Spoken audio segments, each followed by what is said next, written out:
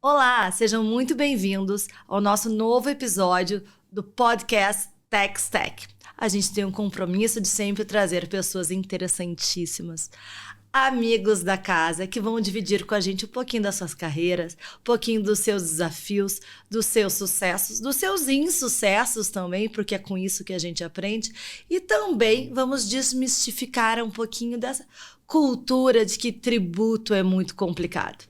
Esse é o nosso compromisso do nosso podcast. Por favor, nos sigam em todas as redes, streaming, YouTube, Spotify, e também indica para todos os amigos para esse podcast virar um case de sucesso. Hoje, a gente está com uma amiga da casa que a gente admira muito, a Aline Alcântara. Oi, boa tarde. Tudo bem, Aline? Seja bem-vinda. Obrigada. Tenho certeza que vai ser um dia, no mínimo, divertido. Aqui com vocês, exatamente. Sempre temos boas risadas, né? É verdade, a Aline, a gente conversa sempre. A gente já passou por... A Aline tem uma trajetória linda, que vem de infraestrutura, passa pelo varejo, passa por construtoras, passa por... recuperação judicial no meio da sua carreira. Passou também uma transição de mudar de país, né? Em nome da família. Então, hoje, prestem atenção que vai ser muito interessante. Aline, vamos começar então, me conta. Eu sei que passaste pela Delta, passaste pela Paquetá, passou por recuperação judicial e agora está como gerente jurídica da Coop, uma empresa gigantesca, uma cooperativa, cheio de desafios novos. Conta um pouquinho da tua carreira pra gente. Claro. Falar, né, da carreira, a gente sempre pensa só em sucesso, né? Mas é uma construção diária e constante. A gente não pode esquecer nenhum dia de tentar ser um melhor, né? E eu comecei na infraestrutura, né? Infraestrutura primeiro de telecom, na BT, a British Telecom, uma grande empresa, né, de telecom. E ali, logo no início da carreira, eu já vi que eu queria trabalhar em empresas, né? Foi ali que eu conheci já o pessoal da engenharia, meus colegas engenheiros. Sim, aquele pensamento jurídico. Pensamento, né, um pouco mais quadrado, mais rápido e objetivo, né? E para mim isso foi um aprendizado que eu trago até hoje, né? Então, dali eu fui para a Delta Construções, né, com o desafio de iniciar o time jurídico na região São Paulo e Sul. Eu era super nova. Eu sempre digo, eu não sei, pessoal da Delta, não sei o que deu em vocês. 20 e poucos anos. E um mercado super masculino? Super masculino, mas eu acho que eles viam em mim ali uma vontade, né? Eu era muito mais destemida do que hoje, claro. Ingênua até. Né? Ingênua. E tive vários pais, né? Vários chefes que foram meus pais ali me ajudando, não advogados, chefes não advogados, a tentar pensar com foco no negócio, né? E da Delta, que foi uma grande escola, gostava muito de trabalhar lá, né? Foi uma grande empresa, apesar de depois, né, seu fim não ter sido assim todos tão nós ótimos, sabemos. né? Dali, né, depois dos contatos que a gente vai fazendo, um diretor foi para Equipável, diretor comercial. O grupo Equipável estava passando por uma transição, né, tentando, né, uma empresa já de 50 anos à época, né, já consolidada, mas que estava tentando se reinventar. E pensar grande também. E pensar muito grande, né? Eu aceitei o desafio, fui primeiro para a unidade de construção, né, enquanto os outros negócios iam acontecendo, né? Quando eu cheguei lá, eu não sabia praticamente nada de societário, então foi uma oportunidade de conhecer um pouco mais, acompanhar diversos M&As. É claro que tínhamos pessoas e escritórios que nos apoiavam, ótimos escritórios, né? E ali eu aprendi a ser líder, né? Eu brinco, né, que eu fui líder a primeira vez dos meus irmãos, né? Porque eu sou a mais velha, neta mais velha. Quantos irmãos? Eu tenho 3. E aí, meus pais trabalhavam e quem ficava com meus irmãos era eu, né? Então eu falo, ali eu já aprendi a ser líder, a organizar tudo, Já mandar em tarefas, todo mundo e mandar em fazer todo todo mundo mundo. obedecer. Eu brinco, né, que eu não mando, mas tento fazer com que façam aquilo que a gente precisa. Né? Vai lá em Pôr no casa e caminho. tentar fazer minha filha obedecer, por favor. Eu sou ótima com crianças, né? Não. Tenho 2 enteadas, amo elas, né? A minha enteada mais nova tem 15 anos, eu sou casada há 13. Então desde bebê, né? Elas já tiraram essa vontade de ser mãe, digamos. E agradeço muito o Grupo Equipave, né? Que a EGEA faz parte, hoje é a maior empresa de saneamento do Brasil, né? Foram 7 anos loucos, né? Que eu ficava cada semana numa cidade diferente. Fui para cidades que não tinha como... Não tinha, a gente estava fazendo implantação de rodovia, ou seja... Não tinha como chegar. Mas chegávamos. E sempre, né, nesses desafios... E até que em 2019, meu marido foi expatriado para o México, né? Meu marido já tinha sido expatriado antes para o Chile, mas eu não fui devido, né, aos meus compromissos com a empresa, com a minha carreira, e acabei optando por ficar na ponte aérea. Né? Então, Chile, Brasil. Chile, uma ponte aérea muito, muito simples. Muito simples, mas nessa época eu ainda estava no projeto em Manaus, né? Que era o projeto mais importante da empresa. Então eu saía daqui às segundas, ia para Manaus, com uma mala para um calor de 40 graus, né? Em julho. Voltava, trocava a mala e ia pro -5 no Chile. Haja imunidade. Haja imunidade. Mas assim, né? Foi uma ótima experiência, né? As pessoas que eu fui carregando no caminho. Hoje, se eu pudesse trazer todo mundo pro meu time, eu acho que eu teria quase todos. Mas teria que ter um time muito grande. E construir uma Aline melhor também. Com certeza, não tenho dúvida, né? Assim, os desafios com pessoas são os que fazem você crescer mais, né? Que você vai aprendendo com como lidar com vários tipos de pessoas. Culturas diferentes. Culturas diferentes, criações diferentes. Mas o importante é que tenham todos um objetivo comum. Né? Então, se meu time não acreditar no que eu acredito, é muito difícil a gente conseguir chegar num resultado, né? E aí, fui lá para o México, acompanhar meu marido, foi ótimo, estudei 1 ano, né? Fiquei ali na ponte aérea com Nova York, porque eu estava fazendo um curso lá, enquanto isso. Que vida!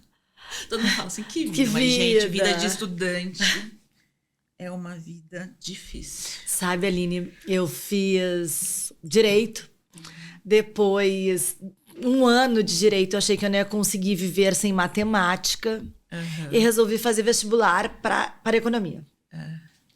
Não sei o que aconteceu, eu passei na federal. Não sabe o que aconteceu. Mas era assim, era uma juventude, eu não tinha estudado para aquilo, eu já fazia 1 ano de direito, fiz economia, acabou que me mudei para o Rio de Janeiro, suspendi a economia, concluí o direito. E depois de velha, eu resolvi fazer faculdade de gestão pública. Que interessante. E não achava que seria difícil, já que teria feito uma faculdade nova. Depois de adulto é muito, muito mais complexo. Primeiro que a gente não tem esse benefício da ingenuidade que a gente estava falando aqui. E tem milhares de compromissos familiares, sociais, de trabalho. Então, como é que foi esse teu ano em Nova York? Eu fiz um curso, né, que era o dia inteiro, para aperfeiçoamento do inglês mesmo, e focado no inglês de contratos, jurídico, empresarial, business mesmo. E eu chegava na escola 8h30 da manhã, embora às 5h30. Na primeira semana, eu falei assim, o que eu fiz? Porque eu me coloquei nessa situação, né? Porque é muito cansativo. E aquele monte de jovens... né? Dispostos. E você assim, sem boiando. compromissos. Exatamente. Mas foi muito bom. Foi muito bom, não me arrependo. Foi um sonho também realizado, porque eu não pude fazer antes, né? É aquela coisa, ou trabalha ou estuda. Quando você tem tempo para estudar, você não tem dinheiro para pagar o estudo, aquela coisa, né? Que milhões de brasileiros têm como dilema, né? Mas foi muito, muito bom. né?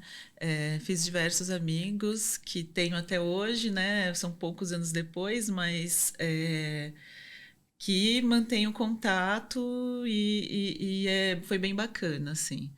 E aí, quando eu estava lá, eu recebi uma proposta, um headhunter me caçou lá, não sei como, qual foi a pesquisa que Salve, ele fez, porque eu não LinkedIn. tinha nada a ver com varejo, né? Assim, as minhas hashtags lá para ser buscado no LinkedIn era toda infraestrutura, saneamento, construção civil. Aí entrou em contato, tá, vamos conversar. Começamos a conversar em agosto, assim, negócio mais ou menos assim. E aí eu vim para o Brasil para um evento familiar em outubro e falei assim, quer saber, eu vou dar um pulo lá, na Paquetá, Lá para no Rio Grande do Sul. conhecer. Aí eles ficaram super felizes que eu me interessei até lá para conhecê-los, conheci os diretores da empresa à época e gostei muito, assim. Eu falei assim, nossa, tem muito fit comigo, porque é uma empresa de varejo de moda, mas que não é só varejo, né? Porque eles tinham de várias... E super tradicional. Super tradicional, 80 anos. É claro que eu sabia que naquele momento ela eram 80 anos diabética, né? Já tinha alguns problemas, né? Mas foi uma oportunidade, como você disse, trabalhar até com recuperação judicial, que eu nunca tinha visto. E iniciei, né, junto com eles ali a recuperação, que eles já saíram, tiveram sucesso, né? E me vi como realmente algumas pessoas me diziam me ver, né? Uma ótima negociadora, uma pessoa que consegue pensar um pouco mais fora da caixa, ali ligada ao negócio, porque tive que usar todas essas habilidades para a gente conseguir conversar com grandes credores, né? Então, credores multinacionais, né? De grande porte, de marcas importantíssimas, e foi bem interessante, foi muito bom. Também contando com parceiros ótimos, né? E aí, em paralelo, que foi aí que eu comecei a conhecer direito tributário, porque até então sabia nada, só sabia assim, ó. Imposto de importação tem todos os impostos, mais nada, assim, bem assim. E entendeu que o tributário é estratégico. Entendi completamente a importância do tributário. Mas né? isso vai muito da cabeça do gestor de entender, não só dos teus soft skills, mas as tuas hard skills, que entende que questão negocial, gerencial, estrutural, passa tudo por um planejamento tributário. Exatamente, é tudo interligado e a gente às vezes não tem essa visão holística, né? A maioria dos gestores jurídicos, né, dos heads jurídicos, a gente fica muito focado no técnico, né, do que pode e não pode. E é tão mais fácil dizer que não. É mais fácil. Não. Jurídico consultivo, a gente conta muito com isso, mas é tão mais fácil dizer aquilo que eu desconheço. Mas quando você está no propósito de ajudar a empresa, né, como eu estava ali, né, com uma empresa que precisava de caixa, de dinheiro, eu comecei a ir atrás do meu network. Gente, me ajuda nisso. Vocês já ouviram falar nisso, naquilo, para ir buscando teses, às vezes questões realmente de melhoria de processo dentro mesmo do dia a dia, dentro de casa. E a partir daí, vamos dizer que abriu uma outra portinha dentro, né, de tantas outras uma que temos, né? Eu gosto muito da gestão de riscos, né? Então, eu já trabalho há algum tempo, já fiz, né, dentro do MBA a questão de gestão de riscos, e a gente esquece do tributário quando vai fazer análise de riscos, muitas vezes. O fiscal, o tributário. Eu acho que até olhar para imposto de renda, PIS e COFINS, as empresas olham, mas para o previdenciário... previdenciário. Dificilmente. Eu tive uma conversa com um gestor de uma grande rede essa semana, que ele também é advogado. E a gente estudou na mesma faculdade. Eu falei, fulano, qual matéria? Qual foi teu professor de direito previdenciário? Não tivemos. Não tem obrigação na grade, na né, grade. de direito Não tem mesmo. E olha quanto impacta no bolso do contribuinte, do empresário, do empreendedor, aquela carga gigantesca de contribuições previdenciárias super complexas. E as perguntas, às vezes, muito de difícil resposta. E a gente sequer aprende na faculdade. Exatamente, né? E a gente percebe isso de uma forma muito simples. Quando o seu pai fala, eu posso me aposentar? Aí eu, filha, você que é advogada, não tenho a mínima ideia.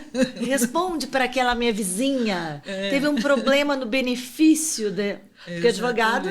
É o oráculo, assim fala que é o oráculo. Pergunta para esperar a resposta, né? Então, não é assim. E saber essas tuas habilidades de, independente de ser o técnico, saber delegar para aqueles que são especialistas. Exatamente, e buscar o melhor, né? Um amigo sempre compara o gestor jurídico a um técnico de vôlei. Léo, um beijo. Léo que sempre fala isso. Que é aquele que utiliza os recursos que ele tem. Então, ele pode estar qualquer hora trazer do banco e pôr ali, né? Então, os melhores recursos para aquele momento, né? E o tributário é vamos dizer, né? É a menina dos olhos ali dentro, né? Ele precisa de muita atenção e ele traz muita, né, felicidade. Muita felicidade. Exato. Graças a Deus, gente. Eu sempre falo que eu não sei porque eu recebo salário. Porque eu entro nas reuniões só para trazer boas notícias. Então, eu começo segunda-feira, 9 da manhã, com um relatório de oportunidade para apresentar para uma empresa algo que ela não sabia que tinha e que ela tem direito a receber o recurso que ela adiantou de forma equivocada para o governo. E por muitas vezes, ainda mais no varejo, com especialidade, com a margem de lucro super apertada, faz diferença no resultado trimestral da empresa, anual. Sim. Cada centavo conta. Cada centavo. O varejo, ele é feito por centavos, né? Se imagina, né, se em cada SKU que a gente vende, a gente ficasse com um centavo, assim. Seria uma renda extraordinária, né? Claro que não fazemos isso. Mas imagina se... a gente faz muito um trabalho, a gente fez até para vocês, de revisão da tributação de cada um dos itens comercializados. 5 anos. Uma empresa, grande mercado... De NCM, CST e descrição do produto, para saber se a tributação para PIS e COFINS está correta. Os mercados de médio porte comercializa 50, 70 mil itens. Qual a certeza de que está tudo sempre... nesses últimos 5 anos? Não tem como. Né? É impossível. Tem que contar com a tecnologia, né? Como vocês possuem, para nos dizer. Né? Não tem como nós... E por muitas vezes, os donos de supermercados, eles são os diretores comerciais. São empreendedores que foram crescendo ao longo do tempo. Tinha uma padaria, cresceu, virou um mercadinho, virou um grande mercado e virou o seu Wilson Mateus. Então, assim, foram crescendo. E eles têm a melhor habilidade deles, são as habilidades comerciais. Sim. Boas negociações. E por muitas vezes essas negociações deles vão por água abaixo porque pagou uma tributação errada daquele produto. Sim. Chega a doer no coração. Sim. Porque é daquilo que eles melhor sabem fazer.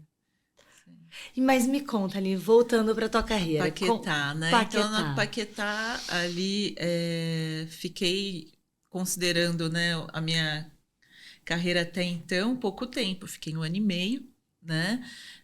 O CFO, que trabalhou comigo todas essas negociações, todos esses contratos, foi convidado aí a uma rede varejista, dessa vez de supermercados, e menos de um mês depois estava lá com ele.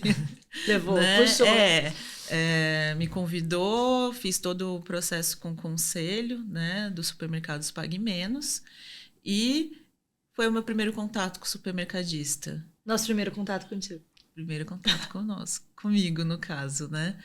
E assim, eu brinco que eu achava que... Igual os maridos acham que a geladeira tá cheia assim por mágica, eu achava que o supermercado tava cheio por mágica, né? A gente não conhece a operação por trás. Nossa, gente, vocês não têm ideia. É uma operação muito minuciosa, cuidadosa, cheia de regulamentos, né? Um Procon muito forte. Procon. Um Procon. Sabe que a gente atende mais de 500 redes de supermercados. Então a gente acaba que somos quase um supermercadista sem termos um supermercado. Conhece todo mundo e a gente sempre brinca que os donos do supermercado eles competem na gôndola, mas são uma grande família. Todo mundo se conhece, indica um para outro. Exatamente. Então é um familhão. É muito legal isso, E eles trocam muitas experiências também. Sim, a gente tem vários grupos. E como é que foi do varejista calçadista para essa complicação que é trabalhar no supermercado, que o nosso espectador aqui também acha que aparece o leite na gôndola. Então, assim, aquela mágica, igual a toalha que o marido deixa em cima da cama, que aparece limpa no armário. A gente acha que o supermercado tá tudo lindo ali, exposto, aquela laranja colocadinha ali. Não sabe os problemas, né, que tem por trás, os desafios desse grande parte do PIB brasileiro. Sim. Que impulsiona a economia brasileira. Os calçadistas também são bem unidos, né? A Paquetá tinha uma diferença que nós éramos indústria, franchise e marcas próprias, e também éramos varejista, né? Então, o varejo tem muito mais glamour, né? Sapatos, moda linda, tudo lindo. 4, 5, agora, né, são 6 coleções por ano. Aí, shopping lá com artistas, é maravilhoso, né? A indústria é o pessoal pauleira, né? Já é uma outra realidade. Aí, quando eu chego no supermercado, é a simplicidade que manda, né?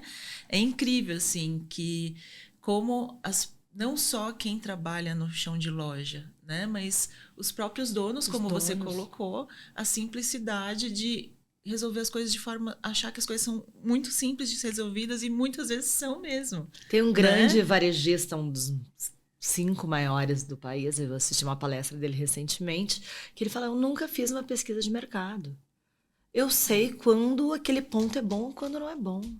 Eu vou lá, eu tenho um faro para saber quando o ponto é bom, quando não é. Mas é esse ponto, né? Da maioria dos empresários brasileiros, né? Eles focam neles, né? No tato deles, e aí eles morrem. Como a gente fica com o legado? Tem alguém que fareja como ele, né? Raramente teremos, né? Então, assim, no supermercadista, eles estão enxergando isso, né, há bastante tempo. Eles, como você disse, se associam muito fácil. Então, a gente tem várias redes. Rede Brasil, Rede São Paulo, Abras, APAS, né? São várias formas de se conectar, trocar experiências, qualificar e comprar junto. Inclusive, comprar junto, né? Para ter um melhor preço, ser competitivo e evitar perdas, né? E aí... Que faz muito parte. Faz muita parte, muita diferença, né? E aí eu me encantei pela área de supermercados. E quando eu tive o convite da Coop, eu não pensei 2 vezes, né? Eu falei assim, que bom, vou continuar numa área que eu gostaria muito de continuar, né? E... é uma empresa de 70 anos de sucesso. E conta pra gente, mas é uma cooperativa. Uma cooperativa. Conta pra gente a diferença entre a gestão cooperada. Exatamente, a gestão cooperada, eu acho assim, né? Existem muitos preconceitos com relação a uma cooperativa, né? Mas é uma reunião de pessoas em prol de uma comunidade, né? Nós somos apaixonados, atendemos muitas cooperativas na região sul, muitas. E então a gente vê exatamente como tu falaste, aquela simplicidade. Vamos resolver. E na Coop é algo que as pessoas que trabalham na Coop, a maioria, são filhos ou netos de pessoas que fundaram, que começaram a cooperativa. Então eles têm muito orgulho disso, né? Em crescimento. Exatamente, né? Nosso presidente, ele é filho de um dos fundadores, né? E trabalhar em outras grandes empresas, né? São executivos muito bem preparados e que voltaram às suas origens, digamos assim, né? E não é só supermercado, tem drogaria, posto de gasolina, tem exatamente, diversos né? outros negócios dentro da cooperativa. Sim, nós estamos em expansão das drogarias, né? Um negócio que faz parte do nosso, né, propósito, né? Que cooperar faz bem. E ter a conveniência, né? Que você possa resolver tudo num único lugar. Então, você vai lá comprar o pãozinho, você já compra o Dorflex. Por sinal, né? visitei recentemente a unidade em frente ao centro administrativo. Industrial. E que tem ali um restaurante maravilhoso. Exato. Recomendo quem está em Santo André. Passe lá na hora do almoço, tem uma salada ótima. Sim, tinha sushi super bem feito, um atendimento espetacular. É onde eu almoço todos os dias, né? Sabe? Eu e todo mundo ali do entorno, praticamente, tem muitas empresas, almoçamos lá. E a gente está com esse modelo em expansão, né? Assim, em estudo, porque realmente é mais uma conveniência, né? Nós já temos as cafeterias dentro de muitas lojas, né? Dependendo do tamanho da loja. E a gente quem faz o salgadinho, né? A gente tem nossa fábrica ali de pão. E é uma delícia. É uma delícia. É um depoimento. Eu fui lá essa semana. Nos 3 primeiros meses, dei uma engordada de 3 quilos comendo lá. E, vamos ali comer um pãozinho. Vamos ali, só atravessar a rua. Aí agora eu me voltei, me policiei, perdi os 3. Falei, agora não. E sabe, quando a gente se encontrou agora no final do ano passado, já te conhecia, obviamente, do teu emprego anterior, e a gente cheio de demandas, cheio de contratos, e muito nos surpreendeu que houve um senso de organização muito ágil para quem estava chegando. Eu estava 2 semanas, eu acho. Assim, como que sabe tudo como que ela tem toda essa lista, o que aconteceu, o que não aconteceu, o que tem para acontecer, quais são os prazos. A gente ficou muito impressionada. Então, essa tua característica já vem desde lá da... Eu acho que é uma característica pessoal, né? De tentar ter uma organização mínima e ser ágil né, para a gente na resolução, naquilo que a gente pode, mas também conto com um time muito preparado. Né? É claro que o time já tinha as informações todas que eu pedi para poder montar esse cenário já de cara. Mas pegou mais. Sim, exatamente. Foi muito. E, né, lembrando que, além do jurídico, eu respondo pelas áreas de risco, de compliance e de privacidade. São outras 4 áreas, né? Então, essas outras 3, que é dentro da área de governança, digamos assim, a gente está em construção. Super estratégico também. Super estratégico, né? O compliance, né, para o nosso negócio, que são pessoas, né? Ele é muito importante, né? E importante que as pessoas se sintam ouvidas, que os assuntos sejam tratados, que a gente consiga dar respostas, né? E elas vejam no dia a dia que a empresa está trabalhando para que elas se sintam bem onde elas trabalham, né? Então, é um ponto muito estratégico num varejo que a gente tem um turnover tão alto. Né? E o turnover custa.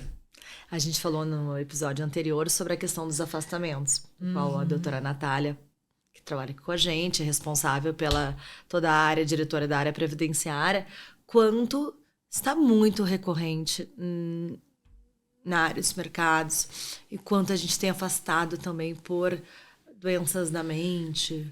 Sim. É uma nova realidade a ser encarada pelos mercados. Então, a gente tem um produto aqui na BMS, na verdade não é um produto, como a gente cuida do Gilhat, né? Que no final os afastamentos impactam no FAP e o FAP impacta no bolso. Ao invés de a gente ficar olhando sempre para a recuperação, vamos olhar de uma forma mais assertiva e para que isso não impacte. Então, a gente tem um trabalho aqui, chefiado pela doutora Carolina e doutora Natália, que é para cuidar dos afastamentos, para que ele não impacte no FAP. Então, a gente fez um trabalho com vocês bastante exitoso de recuperação previdenciária. Foi importantíssimo. E vale sempre a gente revisitar, não é, Aline? Sim, com certeza. Aberturas de novas lojas, né? Então, a gente precisa sempre revisitar e ver se tem mais oportunidades. E novas matérias Novas também. Certamente, matérias. enquanto a gente está gravando esse podcast, seja uma medida provisória. Saiu um pacote de maldades. Ai, eu já nem me abalo. Eu sempre falo, eu participo, né, do comitê tributário da Abras, da APAS, e o pessoal sai uma medida provisória, já vão lá. Aí falar, gente, vamos esperar pelo menos 48 horas. Deixa eles brigarem lá em cima, em Brasília, depois a gente volta a falar. Não, e a insegurança jurídica do Brasil, temos todos os problemas que o Brasil conhece, mas também muitas soluções. Sim. Então, assim, a gente tem um país muito trabalhador, estudioso, e que essas acrobacias jurídicas, fiscais, dadas pelo governo, não temos o que fazer, temos que saber conviver com elas. Sim. Então, a gente tem uma reforma tributária aqui pela frente, um grande desconhecimento do que vai acontecer. Sim. De como será feita essa implantação enquanto tivermos os dois regimes concomitantes. Vai ser a transição, né? Bastante complexa. Então, é imprescindível que se olhe de uma forma estratégica para as questões tributárias, principalmente num negócio com margem de lucros apertadas, como são vocês. Sim, com certeza. Cada detalhe é importante, né? E a gente tem acompanhado de perto todos os andamentos da reforma tributária. A Abras tem um papel super importante, né? E, por enquanto, a gente está tocando o barco, estamos vendo como vai acontecer. Não sabemos. Não sabemos, exatamente. Temos grandes expectativas. Sim. Grandes expectativas de simplificação, mas toda vez que a gente pensa que vai simplificar, daqui a pouco vem uma medida provisória e dificulta ainda mais. Então, assim, é meio uma nova obrigação acessória. Uma nova obrigação. Então, assim, é difícil a gente ter uma opinião porque além formada. Das questões tributárias, tem a questão da operacionalização. As obrigações acessórias Sim. hoje imputam ao empreendedor, ao empresário, ao contribuinte, tarefas, por muitas vezes, inexequíveis pela sua equipe. Sim, exatamente. Quando eu falo de simplificação, é justamente operacional. É muito mais operacional, porque imagina, até eu imagino como seja o pessoal de TI que tem sistemas ERP, que oferece sistemas ERPs que são obrigados a dar soluções para aqueles que já compraram, de acordo para cumprir a legislação, como que eles E sabe que a gente trabalha muito com e-social. É uma ferramenta super complexa. Eu sempre brinco que quem trabalha com e-social testa a sua sanidade mental todos os dias. Então, não precisa fazer um psicotécnico. Trabalha com e-social, tá tudo bem. Pode continuar vivendo sem nenhum problema. E o e-social tem diversas atualizações. E a gente tem um sistema muito robusto, um investimento robusto feito pela BMS de retificação de obrigação acessória. Talvez a gente seja muito reconhecido pela perfeição das retificações. Mudou o e-social, acabou o nosso sistema. Ou seja, a gente tem uma equipe gigantesca de TI para fazer as atualizações em tempo real. Porque a BMS é uma empresa de tecnologia, né? De tecnologia. E esse podcast é para trazer informações de tecnologia tributária, então a gente não trata aqui de temas, até porque quando for pro ar, muita coisa já mudou. Então a gente não sabe o que pode ter acontecido, mas a gente trata realmente das complexidades e dizer que, olha só, é complexo, mas é possível. Temos quem possa nos ajudar. Temos, né? Estamos aqui para apoiar, para ser um braço do time jurídico, fiscal, tributário, compliance, folha de pagamento, para trazer as melhores práticas dadas pelo mercado, pelo teu vizinho, pelo teu concorrente. Sim. Num mercado tão competitivo, Sim. como falaste, agora, aquela 1 centavo faz diferença. Faz diferença. Faz muita diferença. E, assim, né, a gestão do dia a dia disso, né, saber estar sempre próximo de vocês, né, das consultorias que, mesmo quando não tem nenhum trabalho em andamento, né, a gente está sempre falando. Passa todo mundo no telefone. Exatamente. E sabendo de alguma coisa, né, se atualizando, porque não é possível saber de tudo, né? Não precisa. Exato. Não precisa. A gente não saberia abrir no supermercado. Saberia comprar um item, uma laranja. Então, o supermercado delega para quem só sabe fazer isso da vida. Mas a Aline queria, pra gente encerrando o nosso podcast, queria os desafios para esse ano. Me conta. O ano já tá acabando, né? Já está acabando. Estamos no meio. Fizemos a meta de emagrecer neste ano, não conseguimos. Já, né? Já estamos na lista do ano que vem. Já tá para 25. As expectativas são bem bacanas no sentido de... a COP faz 70 anos esse ano. Nós estamos num ciclo de desenvolvimento dos nossos líderes, né? Dentro de um desenvolvimento bem humano. E também implantando diversas áreas, como eu disse, a área de riscos, né? A área de compliance já estava implantada, mas revisando, como é sempre muito importante. A nossa área de prevenção de perdas, de qualidade, também está passando por modificações para ser mais eficiente, né? E a nossa estratégia, né? Nosso planejamento estratégico hoje está sendo finalizado e sempre buscando a inovação, né? Então, está sendo muito bacana. Então, eu acredito que a gente, nesse semestre, vai ser um semestre de muito trabalho, mas que vai dar bastante satisfação para todo mundo envolvido nos projetos, assim, todos envolvidos no projeto. A COP tem essa característica de envolver todo mundo, né? Senão, não seria uma cooperativa. Verdade. Então, é bem bacana. Então, eu queria te agradecer a presença. Eu que agradeço, queria deixar a nossa casa aberta para novos convites para participar sempre com a gente, para a gente fazer esse bate-papo rico.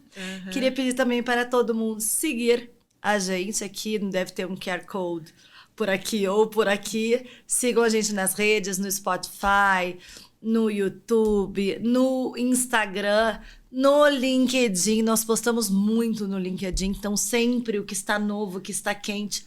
Fazemos muitos eventos convidando nossos clientes, nossos amigos para um almoço com o secretário extraordinário da reforma tributária, um almoço com um advogado de uma banca especializada para troca de experiências, que faz todo sentido. Então, mais uma vez, Aline, muito obrigada. Eu que agradeço, Tati, foi um prazer. Obrigada, time BMS.